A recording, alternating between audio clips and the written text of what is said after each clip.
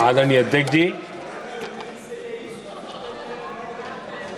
मैंने इस सत्र की शुरुआत में आग्रह किया था।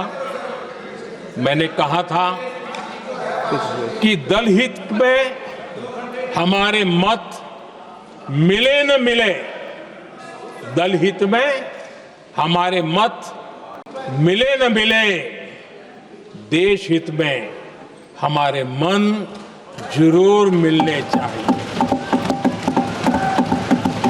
पहलगाम की विभीषिका ने हमें गहरे घाव दिए हैं। उसने देश को झकझोर दिया है। इसके जवाब में हमने ऑपरेशन सिंदूर किया तो सेनाओं के पराक्रम ने, हमारे आत्मनिर्भर अभियान ने देश में एक सिंदूर स्पिरिट पैदा किया है।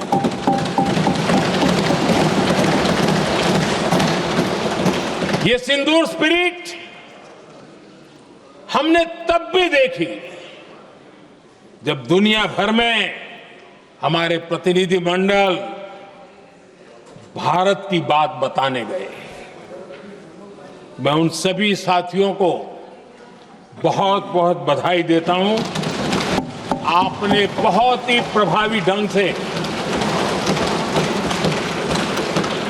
भारत की बात डंके की चोट पर दुनिया के सामने रखी। लेकिन मुझे दुख इस बात का है, हैरानी भी है, जो खुद को कांग्रेस के बड़े नेता समझते हैं, उनके पेट में दर्द हो रहा है कि भारत का पक्ष दुनिया के सामने क्यों रखा गया। शायद कुछ नेताओं को सदन में बोलने पर भी पाबंदी लगा दी गई। आदरणीय अध्यक्ष जी, इस मानसिकता से बाहर निकलने की जरूरत है। कुछ पंक्तियां मेरे मन में आती हैं, मैं अपने भाव व्यक्त करना चाहता हूं। आदरणीय अध्यक्ष जी,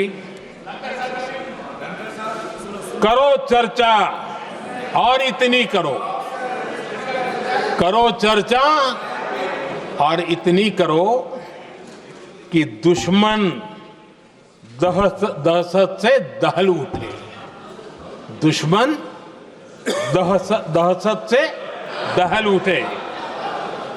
रहे ध्यान बस इतना ही, रहे ध्यान बस इतना ही, मान सिंदूर और सेना का प्रश्नों में भी अटल रहे। हमला मां भारती पर हुआ अगर, तो प्रचंड प्रहार करना होगा। दुश्मन जहां भी बैठा हो, हमें भारत के लिए ही जीना होगा।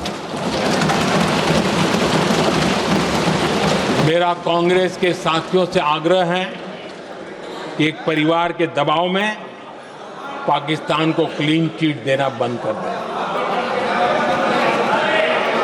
जो देश की विजय की क्षण है, कांग्रेस उसे देश के उपहास का क्षण न बनाए।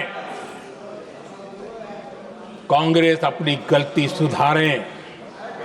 मैं आज सदन में फिर स्पष्ट करना चाहता हूं, अब भारत आतंकी नर्सरी में ही आतंकियों को मिट्टी में मिलाएगा।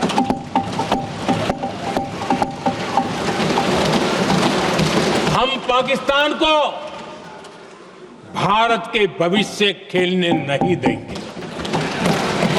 और इसलिए